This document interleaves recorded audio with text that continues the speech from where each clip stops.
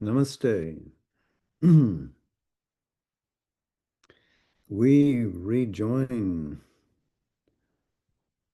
to continue to look at the chapter titles in The Life Divine and to provide a quick and rough summary of what is in each chapter. Last week, we looked at the first 19 chapters, so we got a good deal done. We concluded with a chapter on life, and just to remind us of what we were discussing there, prana is present in every form within the universe. The power of life is an expression of Chit Shakti. It is how that force from the sublime worlds enters into manifestation here. It is the driving power of things. To say that it is the power of life is insufficient. Prana in Sanskrit even connotes more than that. But it is the engine of action. It is the furnace by which all things move. Matter cannot move without prana being in it. So everything in the universe, every item, every scintilla is packed with the power of life. It is inside, even if it is not evident. So what seems to be an unconscious inert stone actually has the power of prana present within it. It is how it was fashioned and formed. Nothing gets formed without the power of life. So more, it is the dynamic link between matter and mind. We saw that at the base of the manifestation as we have it is the force hidden in what we call matter. Matter, as we shall see, is itself an extension of the power of life. Without life, matter could not come into being. Matter exists first. So, if life links matter to mind, it is necessary for both. Mind has no province unless the power of life creates forms. Matter doesn't exist until power arrives to so drive matter into formation. So we're dealing already with what is obviously a constructive engagement of these cosmic principles. Even if they seem not to be in agreement, there is suggested a deep agreement. They all come from a common source, that which lies above, beyond the scope of our vision. So that was part of what we looked at in chapter 19. When we turn to chapter 20, Death, Desire, and Incapacity is how it's been titled. And so we're immediately challenged. So if life has come into this universe and is present and powering it, then why do we immediately confront death and coming from that desire and coming from that incapacity? Because above, we look at the supreme grades of conscious being. Death is not, desire is not, incapacity is not. How come they to be here? Well, given the nature of the field of existence here, entering into universal process, we have only the mass. We have only the universal principle expressed. So to get to a point where we can have a deliberate evolution, something has to stir it. And compromises, in a sense, have to be made, which have a cosmic significance. So,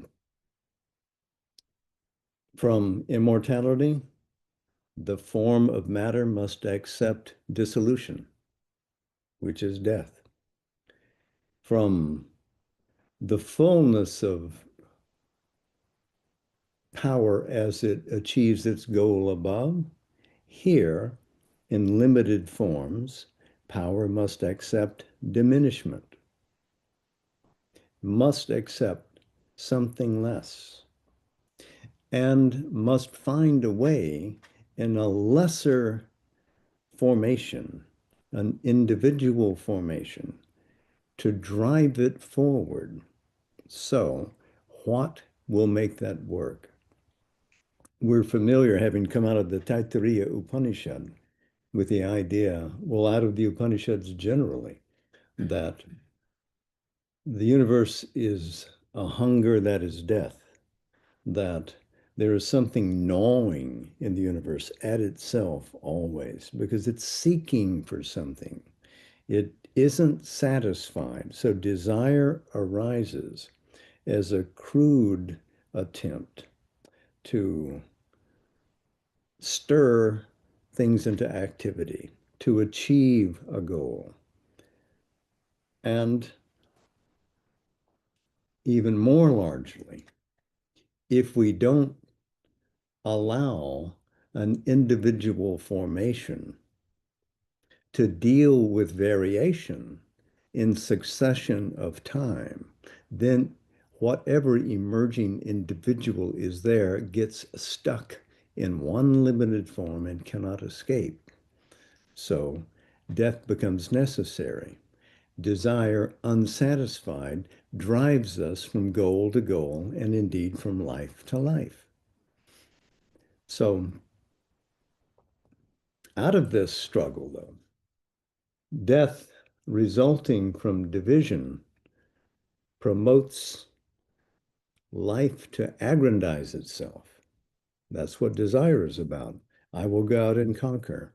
And perhaps if I can't conquer by myself, I'll have to join with others. And together we will conquer. Our group will win. And so from this, we get a sense that the other may not be bad, that the other may be good, that working instead of against, in association with, perhaps in mutuality with, we strive towards the experience of love. Growth by struggle, then, can deliver that to us.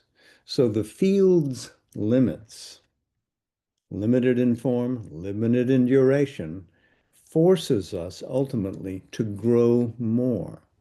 So the cosmos has a good idea of what it's doing in permitting the seeming contradictions of what it is above to appear here. It has a larger goal in mind. But in the here and now, if hunger drives desire, love transforms that desire into self-giving. And the not self becomes a greater self and leads us to a status ultimately which goes beyond mind. But we're not there yet. So we move to chapter 22 then, the problem of life. Well, life's a divided movement of consciousness. Its undivided force above becomes here a clash of opposing truths, each evolving level, let us say, has a truth in it, not simply a process of becoming, but something stabilizing, something eternal behind it. So there is a Purusha, a conscious spirit, supporting each plane.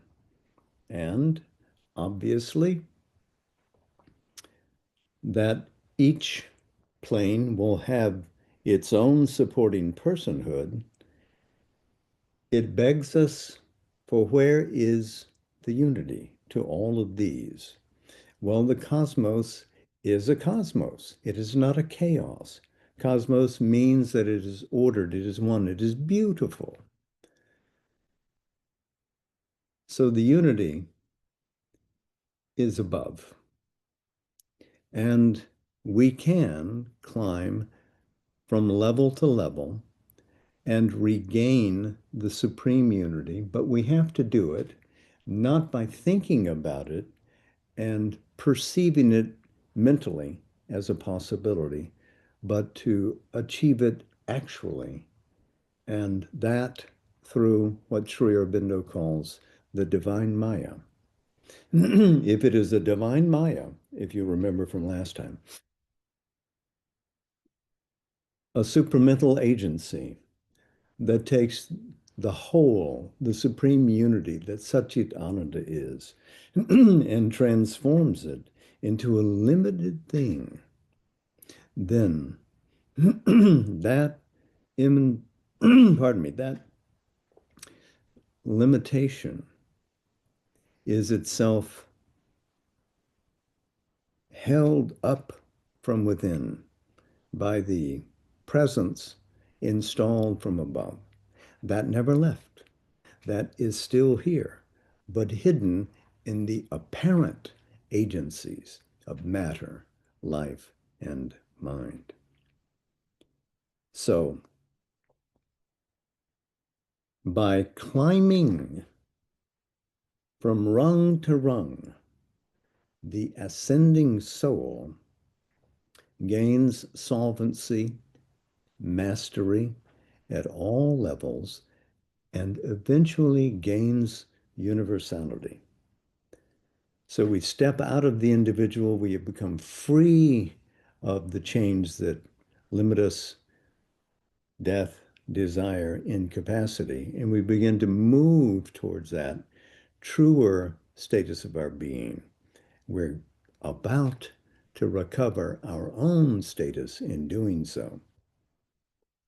But by gaining universality, we've confirmed the individual and now confirmed the cosmic, but we have not got to the dynamic union with the divine, with the supermind that resolves all.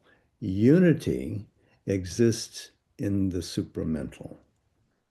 We can idealize, we can conceptualize, we can aspire. But without that, we cannot achieve unity.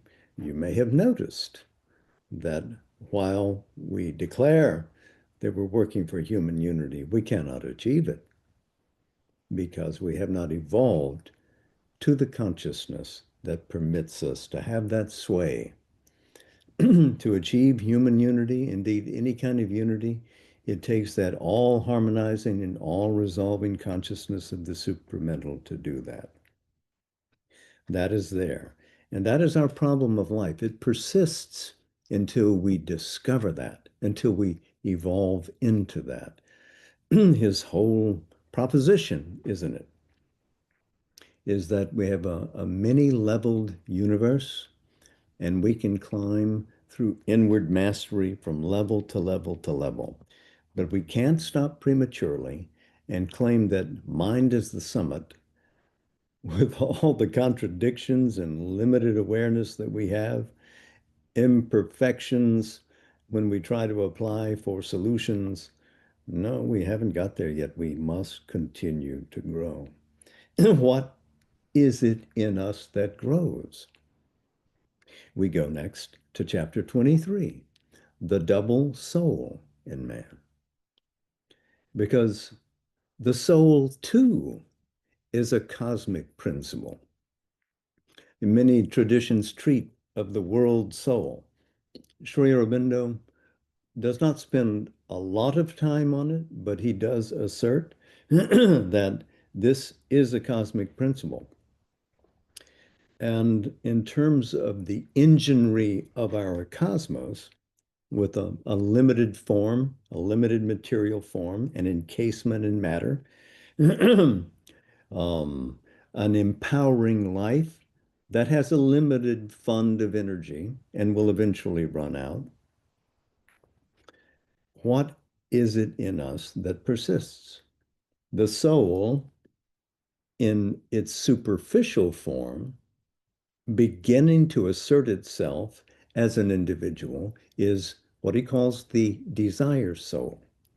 It is actuated by something which the vitality demands for conquest, for aggrandization, to get something for itself, to achieve satisfaction.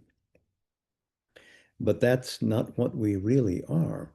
Behind the desire soul is what he calls the true psychic entity, going back to the Greek term psyche, which is a supporting conscious being, which seems to have more power than what the Sankhya system offers in its idea of a Purusha, because the psyche itself, the psychic entity, is by nature immortal.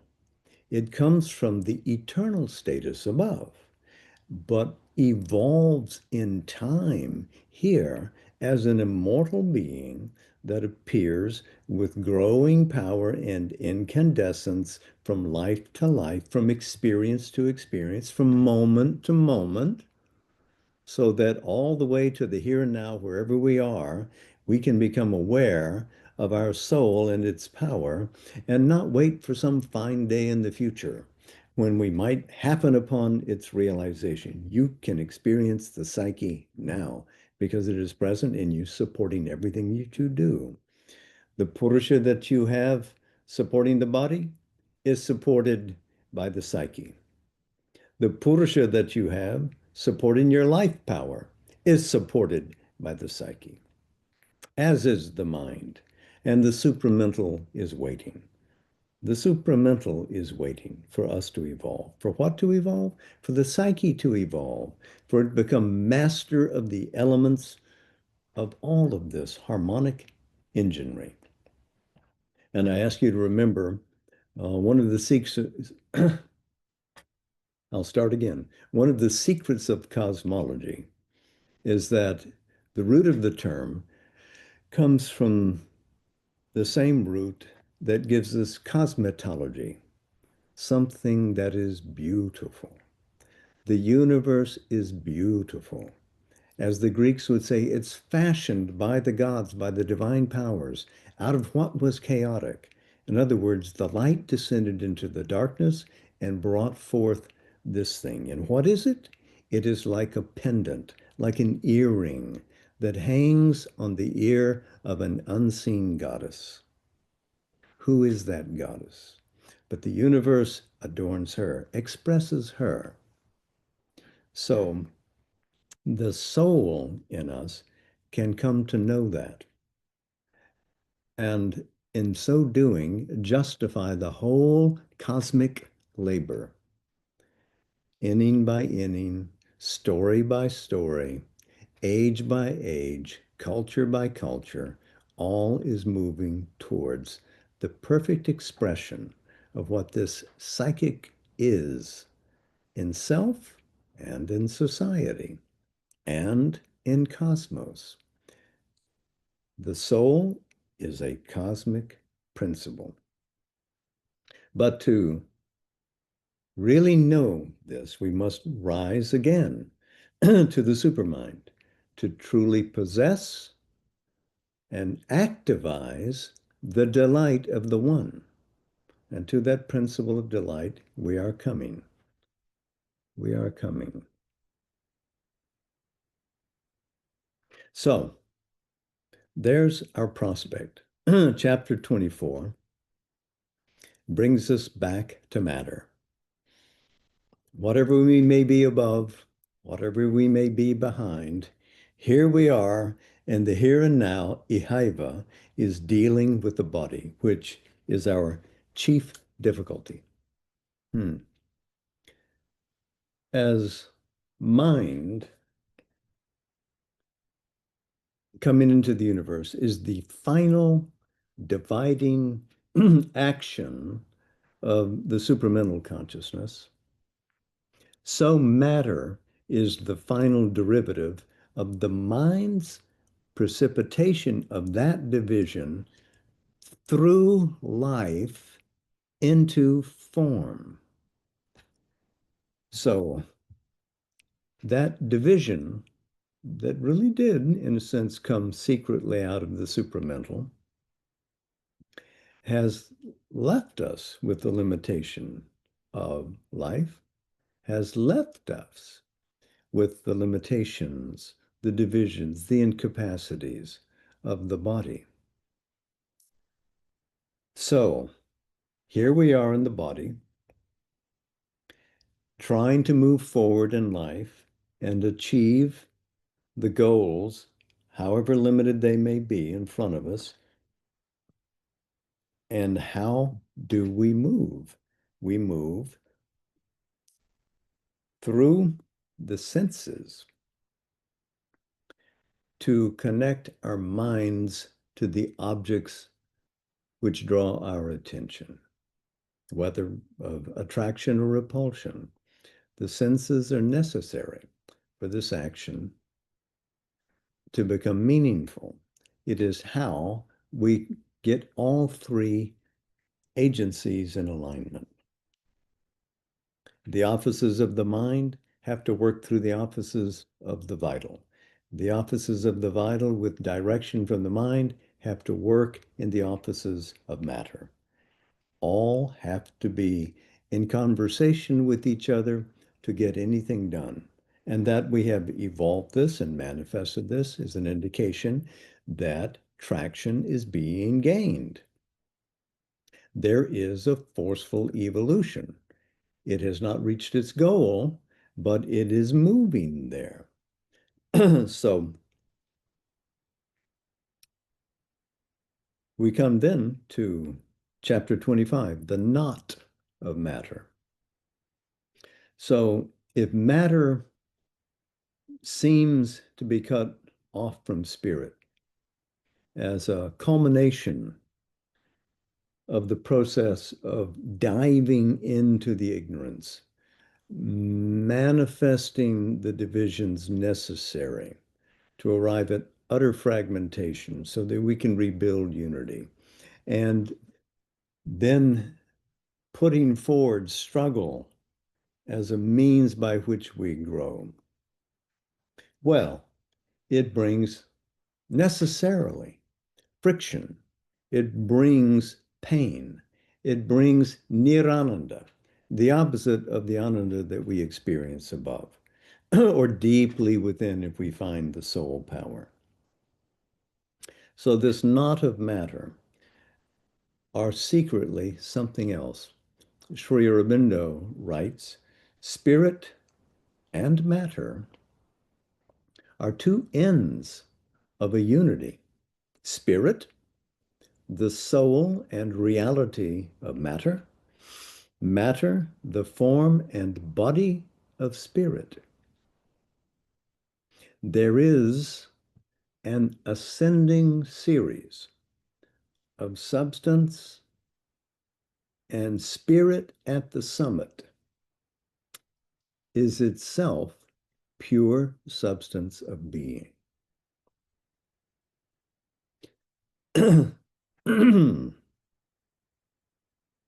So let's then talk about this rising scale. In chapter 26, the title is The Ascending Series of Substance.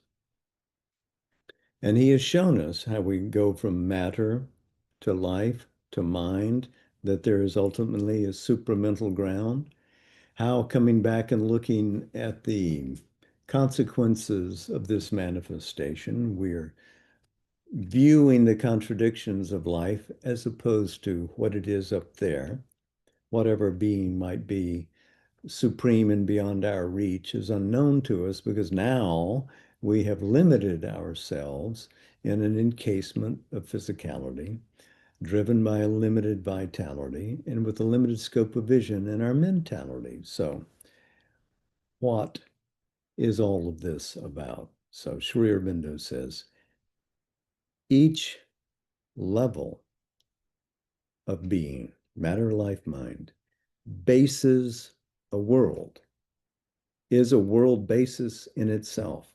So there is a material field, there is a vital field, there is a mental field, but all of them are encased always in each other and all at the same time. Otherwise, we would not have an omnipresent reality. And the motto, if we can put it that way, of Sri Aurobindo's first section of this magnificent book is that omnipresent reality. So all are connected. But what is significant for us is that while each supports the other, and you can go to the vital plane and have a material form of a kind in which one exists, a form that's limited, maybe more fluid, and infused with a light from beyond, from the mind, etc. All principles are available everywhere. Hmm? But matter here evolves them all from the very base. So this is where the real cosmic question is asked, where the wager is really bet, is here in matter. Can we unveil an immortal life, an unwalled vision? Can we bring a divine consciousness into all of these elements here and infuse them with the supernal realities? And that is what the challenge is. That is what the quest is all about. The ascent culminates in its staircase, as far as we know, when we enter supramental being. But we are still lodged, at least partially, in mental being. And I mean that in a funny sense, that we'd be lucky if humanity was adjudged to be partially mentalized. Perhaps it's a flat joke, but so when we look at chapter 27, we look at the sevenfold cord of being, and this is a wonderful revelation to anybody who has ever read Sri Aurobindo, because suddenly all the cosmos makes sense. Because out of initial matter, latent life and mind have emerged as apparent life and mind, and latent supermind and the hidden spirit, Brahman, must emerge as apparent supermind and offer the triune glory, pardon me, of Satchit Ananda. If you try to say every word at one time, that's the result. The triune glory of Satchit Ananda. But here's the beauty of it. What is supreme above? The supreme existence. You remember Sri Aurobindo describing that infinite existence which multiplies itself numberlessly to the view, back in the chapter on pure existence. that that infinite sheer existence, Sat, has established itself in a hidden way in matter. The Chit Shakti, the conscious power, has expressed itself as the power of life here and is hidden behind it, always supporting it.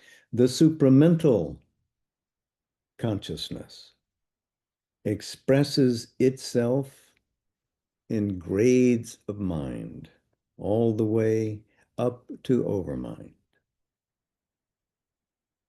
But where, if Sat and Chit have manifested, and the supramental radiance out of Satchitananda has manifested, what has become of the principle of Ananda? And that is indeed the soul. Ananda is at the heart of the universe. It is the throbbing core of everything. It is the reality in the rising soul. Expressing eternity in time, it is doing it in search, in quest of bliss, of delight. So this is that which evolves from matter into life, into mind, and beyond into supermind, carrying in its wake, in its glorious, luminous wake, all the cosmos and principle behind it.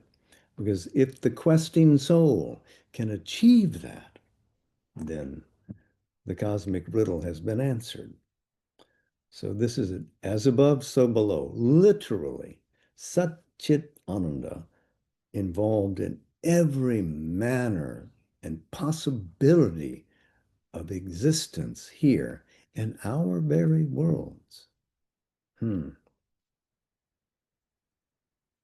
So then we come to chapter 28,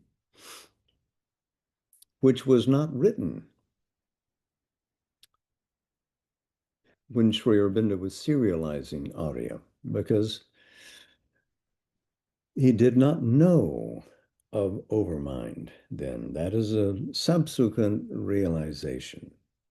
After 1926, you will remember that we've noted several times that he first uses the expression overmental in October 1927, about a year after what we call City Day. And he saw that what had descended in him on that day, 24 November 1926, was the power and scope of vision of the overmind, was not supramental. So here he describes in this 28th chapter, which he wrote in 1939 to 1940, that the supermind projects itself through the overmind and situates itself as mind with a number of ranges between. Overmind, intuition, illumined mind, higher mind, etc. But overmind is not ignorance. Overmind is a maya of knowledge that has made ignorance.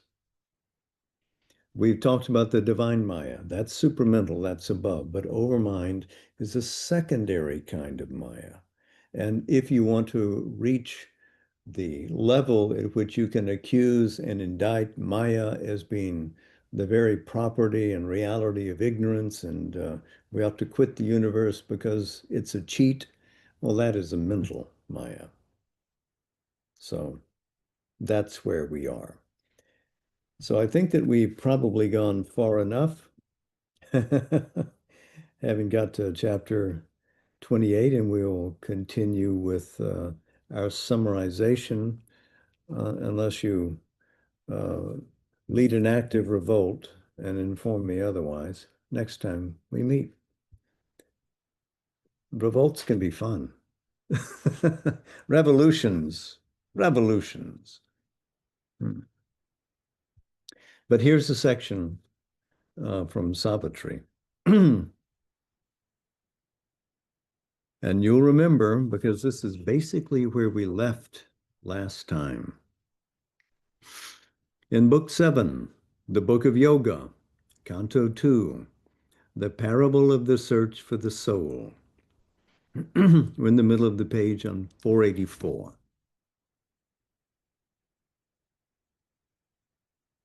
But this is only matter's first self-view, a scale and series in the ignorance. This is not all we are or all our world. Our greater self of knowledge waits for us, a supreme light in the truth-conscious vast. It sees from summits beyond thinking mind. It moves in a splendid air transcending life. It shall descend and make earth's life divine. Truth made the world, not a blind nature force. For here are not our large diviner heights. Our summits in the superconscious blaze are glorious with the very face of God. There is our aspect of eternity. There is the figure of the God we are, his young, unaging look on deathless things, his joy in our escape from death and time, his immortality and light and bliss. Our larger being sits behind cryptic walls. There are greatnesses hidden in our unseen parts that wait their hour to step into life's front. We feel an aid from deep indwelling gods. One speaks within. Light comes to us from above. Our soul from its mysterious chamber acts, its influence pressing on our heart and mind, pushes them to exceed their mortal selves. It seeks for good and beauty and for God. We see beyond self's walls our limitless self.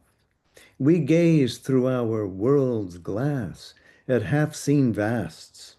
We hunt for the truth behind apparent things. Our inner mind dwells in a larger light. Its brightness looks at us through hidden doors. Our members luminous grow, and wisdom's face appears in the doorway of the mystic ward. When she enters into our house of outward sense, then we look up and see above her sun. A mighty life self with its inner powers supports the dwarfish modicum we call life. It can graft upon our crawl too puissant wings. Our body's subtle self is throned within, in its viewless palace of veridical dreams that are bright shadows of the thoughts of God. In the prone, obscure beginnings of the race, the human grew in the bowed, ape-like man. He stood erect, a godlike form and force, and a soul's thoughts looked out from earth-born eyes. Man stood erect, he wore the thinker's brow. He looked at heaven and saw his comrade stars. A vision came of beauty and greater birth, slowly emerging from the heart's chapel of light, and moved in a white, lucent air of dreams. He saw his being's unrealized vastnesses. He aspired and housed the nascent demigod. Out of the dim recesses of the self, the occult seeker into the open came. He heard the far and touched the intangible. He gazed into the future and the unseen. He used the powers earth instruments cannot use, a pastime made of the impossible. He caught up fragments of the omniscient's thought. He scattered formulas of omnipotence.